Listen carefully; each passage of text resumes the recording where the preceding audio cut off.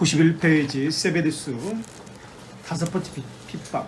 septimius 세베루스 193년에서 211년까지 황제를 연했던 로마 제국의 20번째 황제입니다. 이 사람은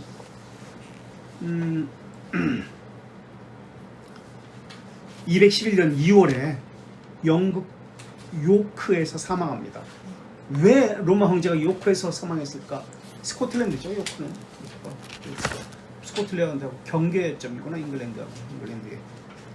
반란군을 제압하기 위해서 요크에서 사망을 합니다.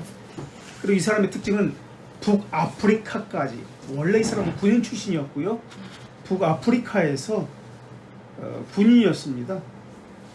그래서 북아프리카까지 핍박을 확대한 황제입니다. 글래디에이터에 보면 이 사람이 나와요. 글래디에이터, 그 검투사 영화. 꼼모두스가 이제 황제가 되었다가 살해 되거든요. 그 아들. 이제 이때 로마가 혼란스러워지자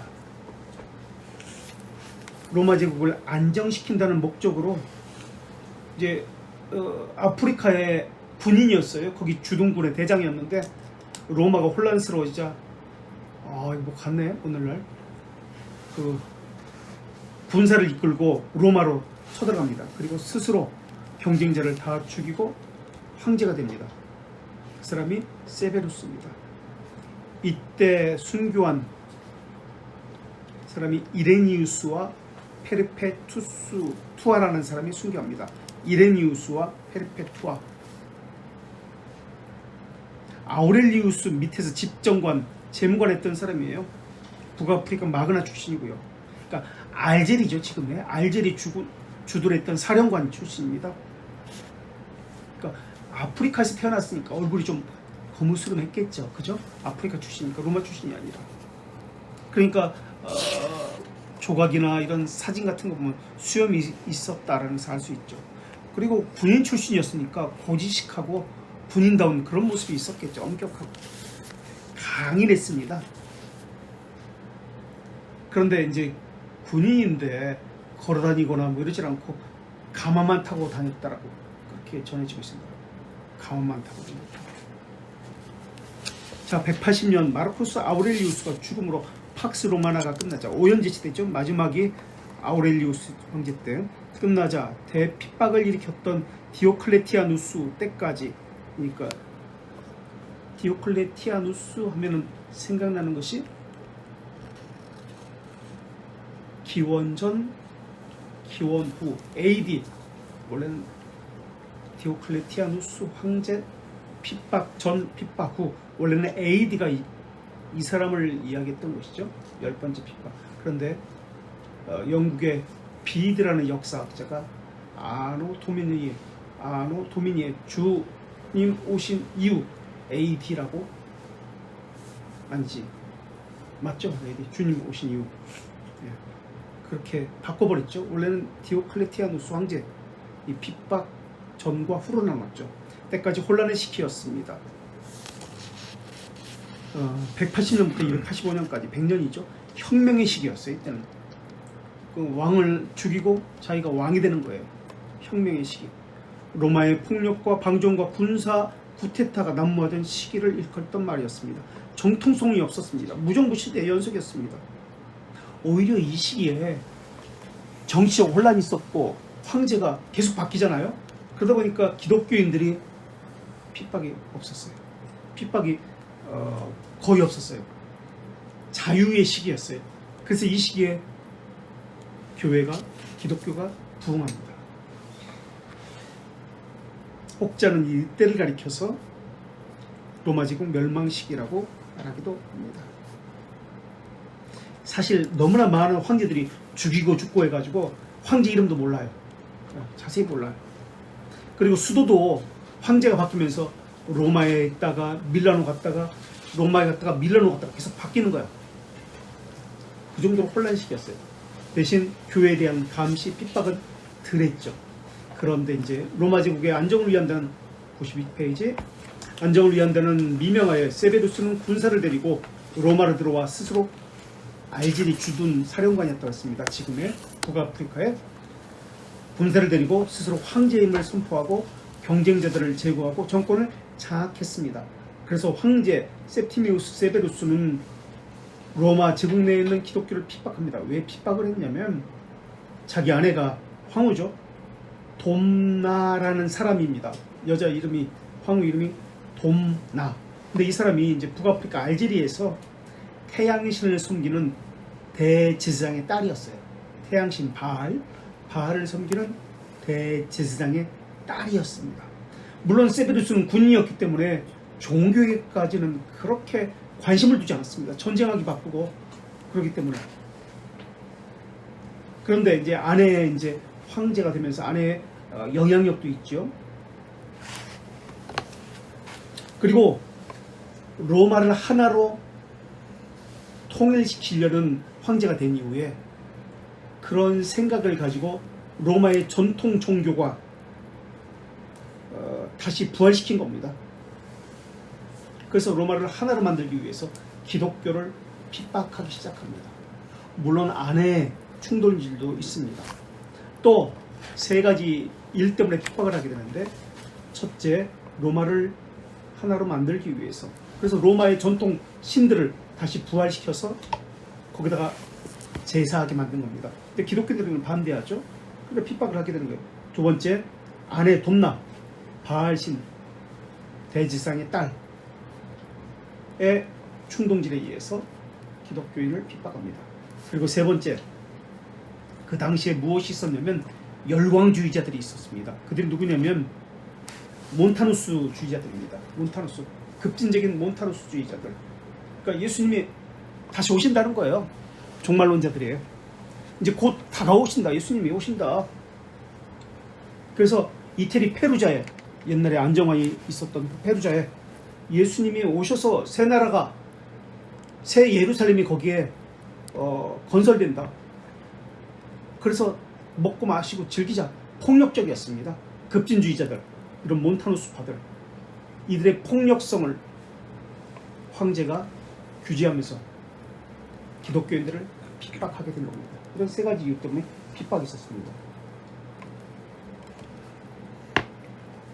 그러면서 로마 제국 내 넷째 줄 기독교인들을 핍박합니다. 그렇다고 법에 근거하여 핍박한 것도 아니고 개인적으로 기독교인에 대한 반감을 가진 것도 아닙니다. 정치적이었죠. 처음에는 정권을 잡았을 때 핍박이 없었어요. 단지 북아프리카에 일어난 폭동 때문에 197년부터 198년까지 기독교인들을 핍박합니다. 교부 클레멘스라고 써있네요. 클레멘스는 두 명이 있죠. 그래서 로마의 클레멘트가 있고 알렉산드리아의 클레멘트가 있습니다. 근데 이 책에서는 지금 둘 다 클레멘트인데 그 로마의 클레멘트를 헷갈릴까봐 다르게 클레멘스라고 썼습니다. 아, 클레멘스, 알렉산드리아의 클레멘트구나 라고 아시면 됩니다. 클레멘스라고 썼습니다. 그 로마의 클레멘트하고 동명이인인데 구별하기 위해서 알렉산드리아의 클레멘스, 알렉산드리아의 클레멘트. 알렉산드리아는 북아프리카이거든요. 기독교의 중심 도시였어요. 오리게네스라든지 또 삼일체 신앙을 정립한 아타나시우스라든지 데이단, 아리우스, 이 다 이 출신이에요. 알렉산드리아. 이 사람이 쓴 잠록이라는 저서가 있습니다. 그때 2권 20장에 당시 핍박에 대해서 다음과 같이 설명을 합니다. 그의 통치 기간에 우리 눈앞에는 순교자들이 매일 불태워지고 옥에 갇히고 목배임을 당했습니다. 그 이야기가 써있죠. 매일 눈앞에 순교를 당했던 모습에 잊을 수가 없습니다. 그들은 화형을 당하고 말뚝에 묶여 찔러 꿰는 형. 이게 뭐냐면 이 밑에 나오죠. 각주의 머리를부터 시작했어요. 아니 거꾸로요. 항문에서 칼이 저쪽 칼이 아니라 창이 길잖아요. 항문에서 찔러가지고 입으로 나오게 창을 찌르는 거예요. 그 형을 이야기해요. 사람이 안 죽어요. 찔러도. 그래서 창으로 길게 찔러가지고 이렇게 나왔잖아요. 그걸 숯불 고기처럼 불을 질러가지고 구워서 죽이는 거예요. 그 형이 이게 러시아의 이반 4세까지 이 형벌이 있었어요. 그러니까 1500년 동안 이 형벌이 있었습니다. 동양에는 없어요. 서양에 독해. 그리고 참수형을 처했습니다. 그런데 생각을 해보시오. 그런데도 믿었어요. 예배를 포기하지 않았어요. 그런데도 교리 공부를 포기하지 않았어요. 내일 죽느냐 사느냐의 문제인데 디다케라는 그 교리 공부 책이 있었어요. 디다케라는 교리 공부 책이 있어가지고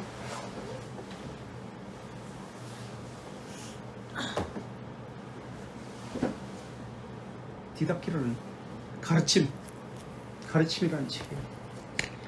교리 공부를 했어요. 예배를 포기하지 않았어요. 이들을 잡으려면 예배당이 어디 있나만 보면 되거든요. 그래서 로마 군인들이 언제 어느 때 예배당 문 앞에서 자기를 잡아갈지 모릅니다. 그래도 예배당에 갔어요. 이때는 주일이 공휴일이 아니었어요. 새벽에 예배하거나 밤늦게 예배하거나 그랬습니다. 평일날이죠. 그러니까 지금은 예배했어요. 코로나 때 교회 문을 닫아야 된다고요? 예배를 해서는 안 된다고요? 영상 예배?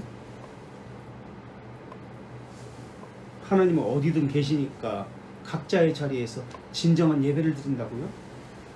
도대체 그런 말이 어디서 나왔는지 모르겠습니다만 어쨌든 이들의 신앙과 비교하면 신앙의 참된 모습은 무엇인지 모르겠습니다. 특별히 계속해서 세베루스는 북아프리카의 카르타고는 누가 있었던 곳이죠? 어떤 사람이? 카르타고 한니발 장군도 카르타고 출신이에요. 한니발 기독교의 중심지인데 어거스틴 카르타고, 알렉산드리아, 로마, 고린도 지역의 기독교인들을 핍박했습니다. 가장 심했던 곳이 카르타고입니다. 기독교 중심지들이에요. 지금 이것이. 지금 이 기록을 누가 남겼냐면 히폴리투스의 기록입니다. 히폴리투스라는 사람의 기록. 기독교인들을 핍박했습니다. 이 시기에 알렉산드리아에서 활동하게 될 초대교회의 대표적 교부인 오리게네스의 부친 레오니데스가 목이 잘려서 순교하죠.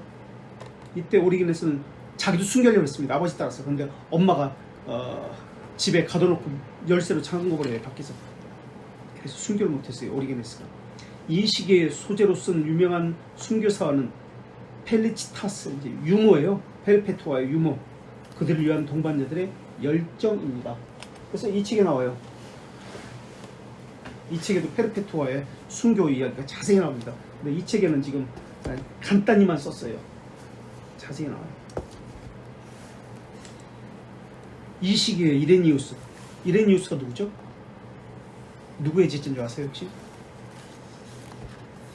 어쨌든 또 순교하고 리옥에서도 이 이레니우스는 영주주의에 반대하는 글을 10년간 씁니다. 성경이 말하는 것이 무엇일까? 정통이라는 개념이 무엇일까를 이 책에서 이야기합니다. 그래서 정통에 반하는 것, 이단이라는 것은 영주주의를 뿌리 뽑습니다. 로마 카톨릭은 아까도 얘기했지만 정통이라는 개념을 이제 정통을 해석과 관련되어서 이야기하는데요. 그 해석을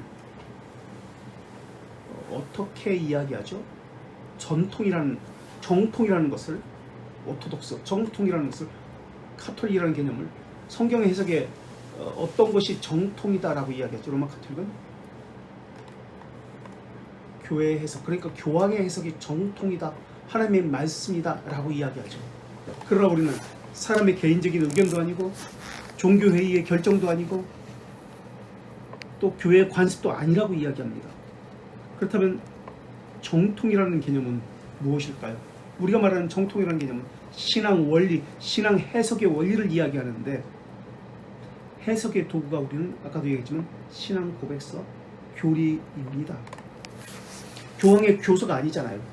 근데 그들은 교황의 교서가 하나님의 말씀과 동일하다 라고 했습니다. 일제 강점기 때 신사참배는 정통 신앙이었어요.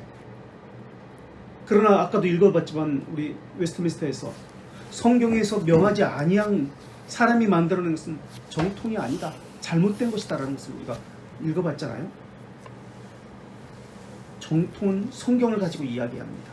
성경을 가지고 이야기할 때 그 해석의 원리를 교리로 우리가 해석한다라는 것이 정통입니다. 자, 이제 페르페투아의 순교에 대해서 이야기하는데 이것을 기록한 것은 터툴리아누스입니다. 터툴리안, 영어로 터툴리안도 203년에 순교합니다.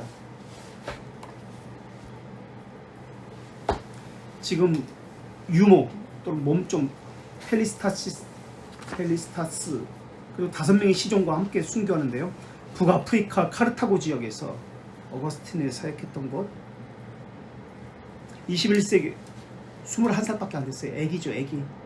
귀족 여성 페르페투아 이 감옥에 갇히기 전에 세례를 받습니다. 그리고 나서 잡혀가는 거예요. 세례 받고 나서. 세례 받는다는 의미는 당시 죽는다는 의미예요.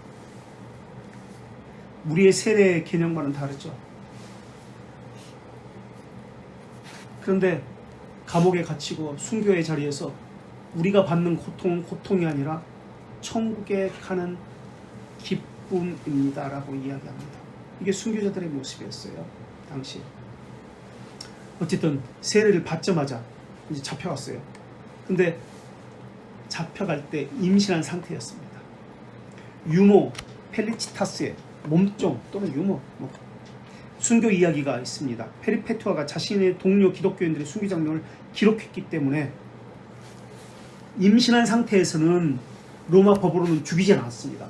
사형을 금지시켰어요. 그래서 임신한 상태에서 감옥에 있었기 때문에 오랜 기간 동안 감옥에서 계속 보는 거예요. 다른 사람이 죽어갈 때 그것을 기록합니다.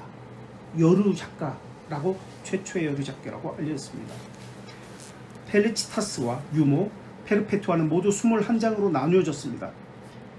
이것은 터툴리아누스가 기록했다고 얘기했죠. 이 사람의 죽은 것은 크게 4부분으로 나눕니다. 처음 2부분은 페르페투아와 다른 순교자들을 3인칭으로 묘사합니다. 그래서 이렇게 했습니다.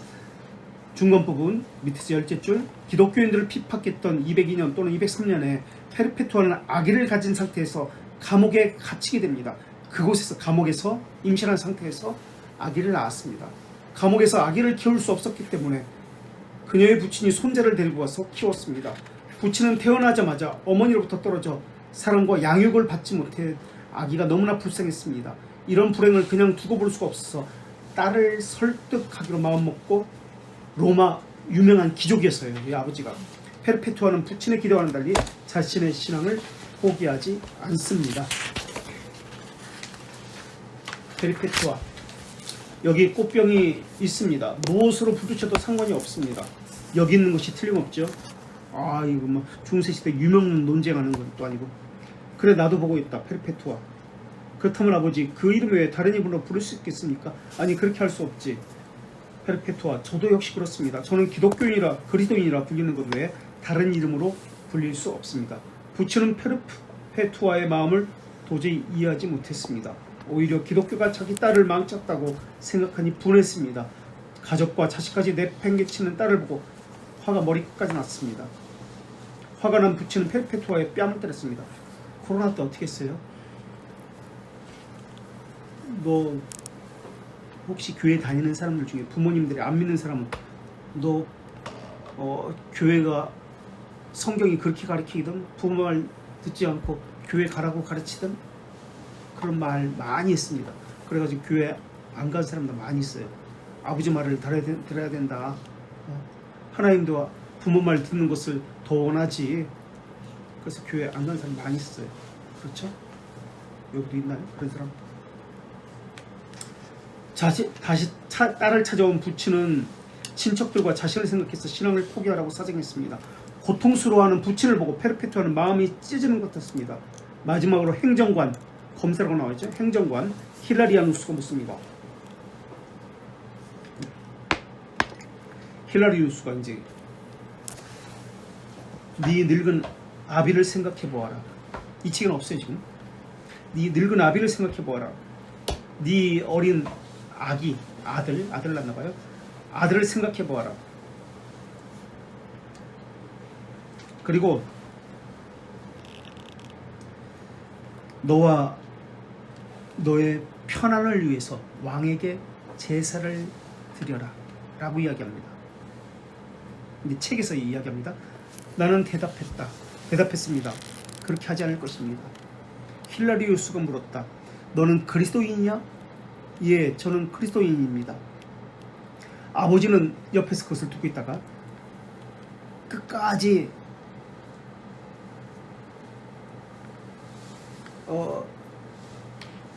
나를 배교하게 만들려고 했습니다.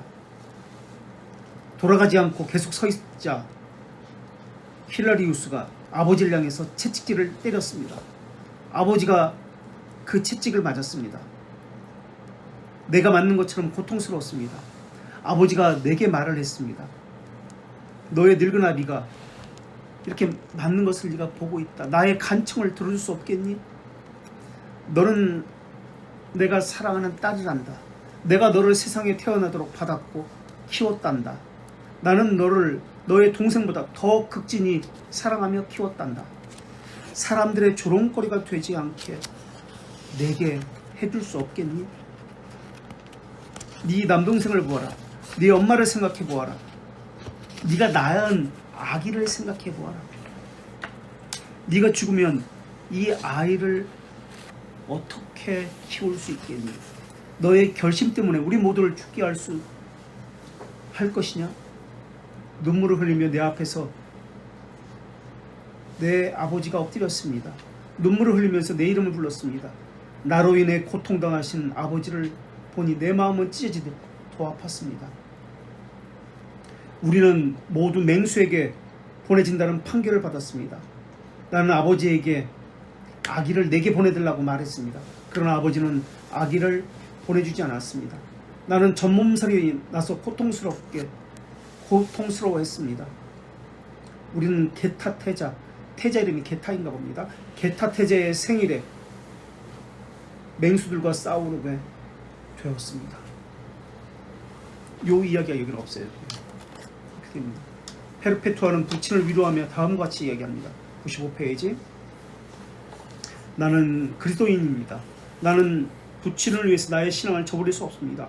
부친은 당신에게 공갈 협박을 하고 나에게 찾아와 신앙 고백을 철회하려고 호소했습니다. 비록 내가 지하 감방에 갇혀있지만 부친의 고통을 생각하면 죄송하고 마음이 아픕니다. 내 아이는 감옥에서 잠시 동안 나와 함께 있다가 부친에게 보내졌습니다. 아이를 위해서 말입니다. 하지만 하나님의 뜻이 아니면 그 아이도 이 세상에서 잠시라도 살 수 없을 것 같습니다. 나 역시도 그렇습니다. 내 아이를 생각하면 가슴이 터질 것 같습니다. 보통 부모라면 어떻게 할까요? 야, 네가 애 낳아놓고 그 애를 보내두고 교회 간다고? 왜 내가 네 애를 키워야 되지? 네가 낳았으니까 네가 키워야 되는 거 아니야? 하나님이 너한테 그렇게 가르쳤어? 교회 목사가 너한테 그렇게 부모에게 피해를 주라고 그렇게 가르쳤어? 그게 하나님의 뜻이냐? 부모도 버리고 자식도 버리라고 그렇게 교회에서 가르쳐주던? 너 때문에 우리 집안 망하게 생겼다. 나도 죽게 생겼다. 그런 말을 들었을 겁니다. 그런 말을 듣고 몇 명이나 신앙생활을 끝까지 할 수 있을까요? 자기 목만 잘리는 것이 아니라 자기 부모, 자기 자식, 자기 가족이 이 귀족 집안이에요. 로마에 엄청난 귀족 집안이에요. 그 가족이 가문이 다 망합니다. 자기 때문에.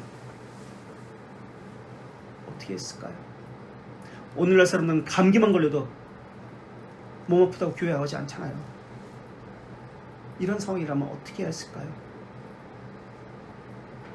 자, 계속해서 21문 이야기합니다. 이제 사형 선고를 받은, 이제 사형 선고는 황소에게 결투하는 검투사 그 형벌을 받은 거예요. 황소와 싸우는 그 형벌. 사형 선고를 받은 페르페투아를 비롯해서 몇몇 고백자들은 원형 경기장으로 끌려왔습니다. 로마인들은 젊은 여인들을 위해서 포악한 황소를 준비시켰습니다. 경기장 검투사 그들은 옷이 찢어진 상태에서 미리 맞았기 때문에 끌려 나왔습니다. 군중들은 우아한 품위를 가진 젊은 21살, 젊은 여인이라기보다 애긴데 우리 보면 젊은 여인이 나오는 모습을 보고 긴장했고, 또 다른 여인은 방금 아기를 출산한 상태였기 때문에 더욱 긴장했습니다. 먼저 페르페투아가 끌려가서 황소에게 들이받쳐 허리를 다쳤습니다. 겉옷이 찢어진 것을 발견한 그녀는 옷을 다시 가다듬고 헝클어진 머리카락을 정리했습니다. 그녀는 처형을 받는 사람이기보다는 영광을 향해서 걸어가는 사람 같았습니다. 유모 펠리치타스가 쓰러져 있는 것을 발견한 그녀는 다가가서 그녀의 손을 잡아일으키며 세웠습니다. 옆구리에 고통을 느끼고 신음하면서 자신을 죽이려고 다가온 검투사의 칼을 붙들고 페르페투아는 자신의 목을 찌르라고, 이제 그 옆에 그림이 나오죠. 이게 검투사가 초보 검투사 가지고 벌벌 떨려가지고 잘 못 찌르는 거예요. 그래서 검을 잡고 칼을 잡고 자기 목 여기라고 이렇게 찌르라고 알려주는 거예요. 그 그림입니다. 순교라는 페르페투아. 페르페투아의 순교를 보면서 생각해보고 싶은 것이 있습니다. 가족이 저렇게 어떻게 살기를 소원하는데 자기 갈 길에만 집착하게 하는 것이요, 왜 그랬을까 하는 것입니다. 너무 이기적인 것 같습니다. 이에 대한 답변을 위해서 19세기 기독교 최초의 심리학자, 현대 심리학자의 아버지이며 기독교 실존주의자 쉐렌 키에르케고르, 평생 혼자 산 사람이에요. 이 사람은 이제 우리 근현대교회에 있어서 19세기 철학자들 가운데 배우는데요. 설명은 우리에게 실마리를 제공합니다. 그는 기독교인이 직면한 세 가지 삶을 들어서 설명합니다. 각주 보세요. 이것이든 저것이든, 이것이냐 저것이냐, 1843년에 출판한 삶을 이야기합니다. 세 가지 삶을 이야기하는데요. 두 가지 삶이 아니라 미적인 삶, 윤리적인 삶, 종교적인 삶을 이야기합니다. 그것을 설명하면서 아브라함의 신뢰를 들었는데, 미적인 삶은 뭐냐면 자기가 보기에 좋은 대로 원하는 삶, 자기 가치관을 실현하면서 자기가 원하는 대로 사는 삶을 미적인 삶이라고 합니다. 첫 번째 삶은 자기가 보기에 좋은 대로 사는 삶, 자기의 가치관을 추구하며 사는 삶, 자기가 원하는 것을 행하면서 사는 삶을 미적 삶이라고 합니다. 두 번째는 윤리적인 삶. 윤리적인 삶이 뭐냐면 가족이 원하는 삶, 사회적인 기능에 따라서 사회가 원하는 삶을 이야기해요. 윤리적인 삶. 부모가 원하는 삶이 뭐냐, 가족이 원하는 삶이 뭐냐, 문화가 원하는 삶이 뭐냐, 이게 윤리적인 삶이에요. 세상의 가치관을 이야기해요. 세 번째 삶은 종교적인 삶을 이야기합니다. 그러면서 아브라함의 신뢰를 듭니다. 이제 아브라함의 신뢰가 뒤에 나옵니다. 키에르케고르는 젊었을 때 네기네라는 여자를 만나가지고 약혼까지 합니다. 그녀 역시 키에르케고르에게 흠뻑 빠졌습니다. 서로 약혼했지만 결혼에 대한 회의로 파혼을 키에르케고르가 원했습니다. 당시 문화와 사회적 관습에서 볼 때 그녀를 거절하는 것은 그녀를 죽게 하는 것과 같았습니다. 그녀의 자존심을 다시 세워주기 위해서 일종의 속임수로 그녀에 대해 사랑이 전혀 반응하지 않고 그녀를 전혀 돌보지 않으므로 그녀가 자신을 거절할 수 있도록 만들어서 결국 파혼을 이루었습니다. 당시 사회의 기준에 따라 파혼을 했고 누가 보아도 그렇다고 인정받을 만하게 양심은 편했습니다. 훗날 시간이 지나서 기독교 신앙을 받아들인 후에 키에르케고르는 예수 그리스도 안에서 보니 그때의 윤리적 기준이 틀렸다는 것을 알게 되었습니다. 그는 윤리적 기준을 뛰어넘는 마지막 단계의 삶인 종교적 삶의 중요성을 설명합니다. 지금 당장 사회적 윤리적 기준으로 볼 때 불합리하고 이해가 되지 않습니다. 그러나 우리 인생 전체를 볼 때 그때 그 순간 신앙으로 선택한 것이 옳았구나라는 것을 깨닫게 됩니다. 그 예로 아브라함의 경우를 봅니다. 키에르케고르가 이해하는 것을 계속 이야기합니다. 아브라함이 아들 이삭을 희생제물로 바치는 윤리적으로 이해가 되지 않습니다. 성경에 의하면은 아브라함은 아들을 바치려는 하나님의 명령에 순종해서 이삭을 모리아산으로 들어가서 번제물을 바치려고 합니다. 하나님의 명령은 비윤리적입니다. 아브라함의 행동도 객관적으로 이해가 되지 않습니다. 윤리적으로 보면 아들을 죽이려 했던 잔인한 아버지가 되는 것이 아브라함이었습니다. 이런 끔찍한 범죄들을 기독교에서는 믿음이라고요? 하나님의 친구라고 칭송하라고 모범으로 삼을 수 있을까요? 그러나 성경은 말합니다. 아브라함의 행위는 오로지 믿음을 통해서만 가능합니다. 종교적 삶과 윤리적 삶이 충돌할 때 아브라함은 종교적 삶을 선택했습니다. 그 이유가 무엇일까요? 아브라함은 하나님의 계획, 숨겨진 하나님의 뜻에 믿음의 닷을 내렸습니다. 지금은 볼 수 없습니다. 알 수 없습니다. 그러나 눈으로 보면 보이고 믿음의 귀로 들으면 들을 수 있기에 순종했습니다.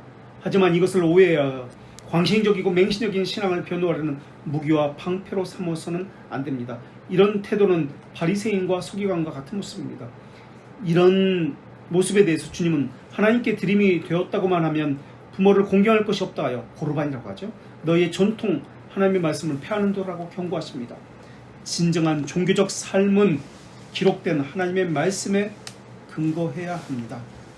자신의 욕심을 감추고 그분의 말씀을 가공해서 내세우는 것은 거짓된 신자입니다. 이기적 뜻을 숨기고 타당하게 보이는 것으로 자신을 포장한다면 주님의 심판을 두려워해야 할 것입니다. 어떤 생각이 드세요? 페르페투아에 대해서 어떻게 했으면 좋겠어요? 우리라면 그런 시대가 아니니까 다행이라는 생각이 드세요? 아니면 내가 그런 처지에 처해지지 않아서 다행이라는 생각이 드세요? 신앙을 지키려고 직장 포기할 수 있습니까? 가정 포기할 수 있습니까? 자녀 포기할 수 있습니까? 포기하라는 질문을 받았을 때 어떻게 하시겠습니까? 어떻게 할 수가 있어요? 순교자들은 다 그렇게 포기했어요. 개혁 신앙은 죽는 신앙입니다. 자기를 죽이는 것, 자기 부인, 이게 개혁 신앙입니다. 이것이 없으면 신앙을 가질 수가 없어요. 박수치면서 찬송하고 소리 지르면서 기도하고 이건 신앙 아니에요. 믿는다, 말로는 사랑한다 이야기하면서 신앙을 이야기하는 것이 신앙 아닙니다. 삶이 신앙입니다. 사랑한다는 것이 무엇인지 개념 정리가 되어야 해요. 페르페투아는 자기 아들이 있습니다. 자기 부모도 있습니다. 자기 때문에 부모가 가문이 망합니다. 자기 아버지도 죽임을 당할지도 모릅니다. 왜 이러한 것을 다 거부하고 왜 순교자의 길을 택하는 것이죠? 한 번만 부인하면 되거든요. 황제가 한 번만 부인하면, 그래서 돌아가서 믿든지 말든지 그건 네가 알아서 해, 다시 신앙생활 하면 되잖아, 그렇게 이야기했을 때 우리는 어떻게 했을까요? 우리를 잡아간다고 이 앞에서 군인들이 지키고 있으면 어떻게 했을까요? 예수님의 제자처럼 예수님을 모른다고 했을까요? 아니 심지어 저주까지 했던 베드로처럼 저주까지 하면서 자기 목숨을 구걸했을까요? 바울에게 아그리빠 왕이 무엇이라고 얘기했냐면, 바울아 네가 미쳤도다, 네 학문이, 너 많은 학문이 너를 미치게 했다 라고 이야기합니다. 바울이 그 왕 앞에서, 아그리빠 왕 앞에서 내가 결박된 것 외에는 나와 같이 되기를 원합니다 라고 이야기합니다. 어디서 이런 담대함이 나올 수 있었을까요? 어디서 이런 신앙이 나올 수 있었을까요? 우리는 어떻게 할까요? 살려주십시오. 다시는 안 그러겠습니다. 싹싹 빌고 왕 앞에서, 군인들 앞에서 그렇게 말하면서 신앙을 버리고 벌벌 떨고 있지는 않을까요?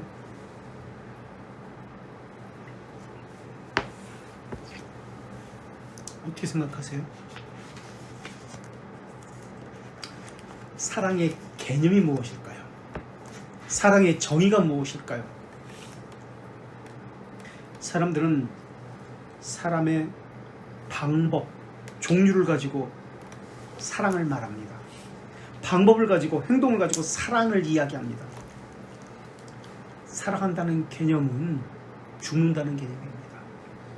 나는 너를 위해서 죽겠습니다 라는 개념이 사랑입니다. 우리가 예배라는 개념이 서비스라고 했잖아요. 종을 이야기하는 것이지 봉사를 이야기하는 게 아니에요. 내가 죽습니다, 주인을 위해서 죽습니다, 내가 주인을 위해서 나를 버립니다 라는 개념이에요.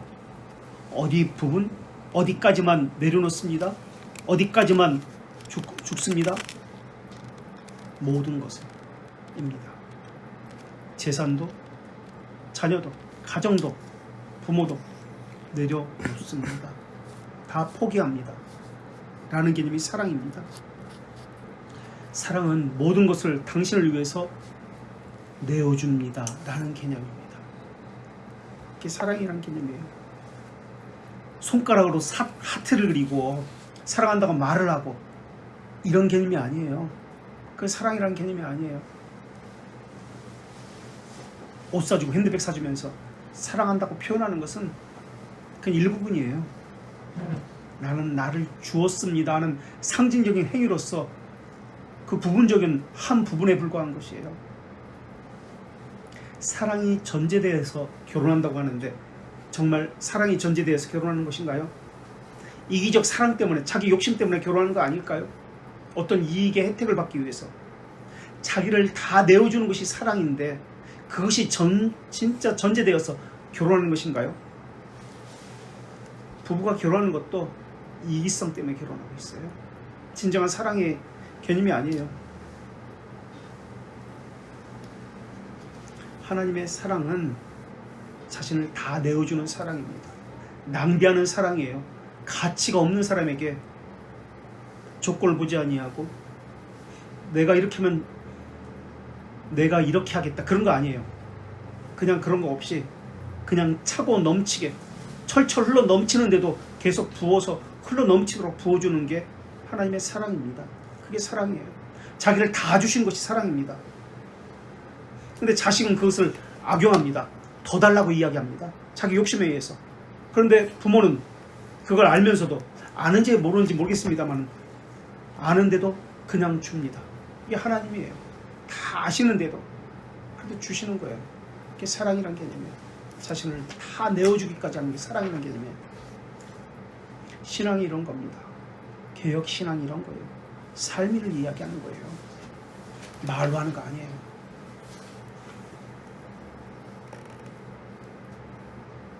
부모가 자녀를 사랑한다는 개념이 무엇일까?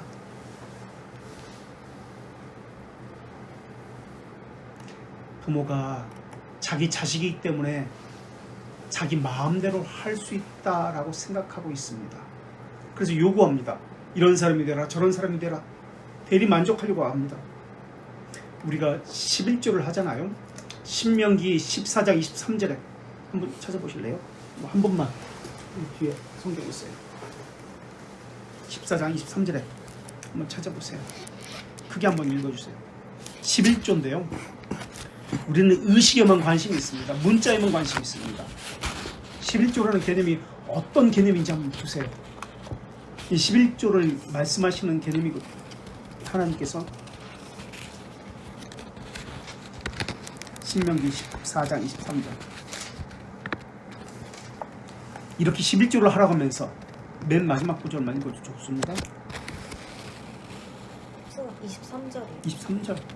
내 하나님 여호와 곧 여호와께서 그의 이름을 주시려고 택하신 곳에서 내 곡식과 포도주와 기름의 11조를 먹으며 또 내 소와 양의 선한 것을 먹고 내 하나님 여호와 경외하기를 항상 배울 것이니라. 끝에 뭐라고요? 11조를 하면서 뭘 어떻게 하라고요? 하나님 여호와 경외하기를. 하나님 경외하기를 배우라. 11조의 목적은 11조를 하는 게 목적이 아닙니다. 무엇이 목적이다? 하나님을 경외하기를 배우게 하기 위해서입니다.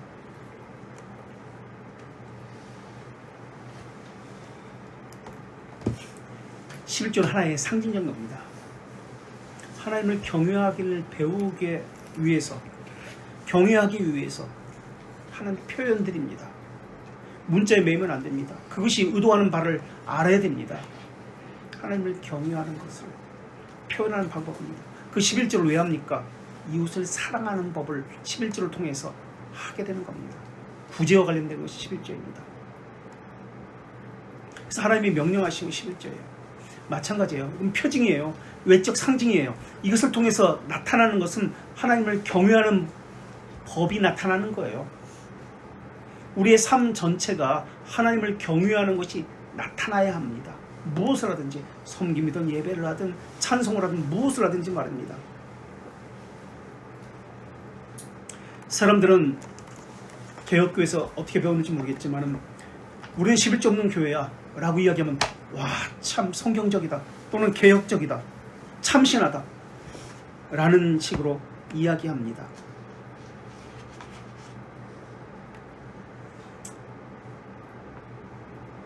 하나님 사랑, 이웃 사랑이라는 정신을 담고 있는 것이 11조라는 개념이에요. 예배도 마찬가지입니다.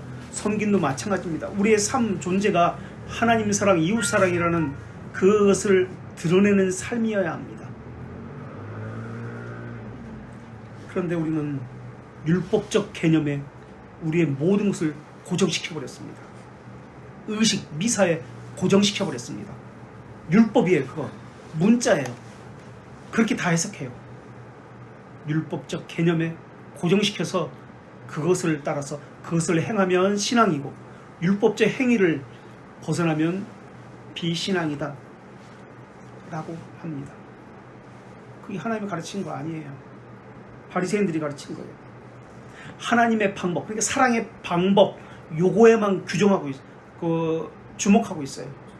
사랑이라는 개념도 모르고 그 방법만 주목하고 있다는 거예요.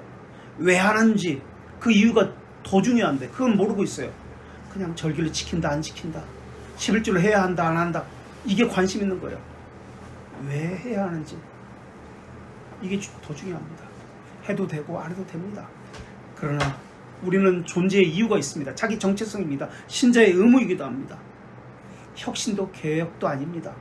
새로움도 아니에요. 하나님의 말씀에 순종하는 거예요. 하나님의 의도입니다. 그러니까 성경의 해석 원리라고 이야기했습니다. 그래서 그것을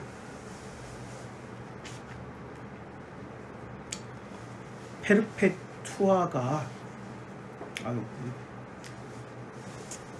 다 읽었다 치고 페르페투아가 참으로 놀라운 게 인터넷에서 제가 찾아봤는데 그 유해가 어디 있는 줄 아세요? 그 시체 유해가 어디 있을까요? 찾아보셨어요 혹시? 의무심장이 웃길래 경기도 안성에 있습니다. 2000년 전에 죽은 사람의 시체가 경기도 안성 미드네 성지 로마 가톨릭 미드네 성지에 있습니다. PBC 평화방송이죠. 방송에서 그걸 뉴스가 보도했어요. 2022년도에.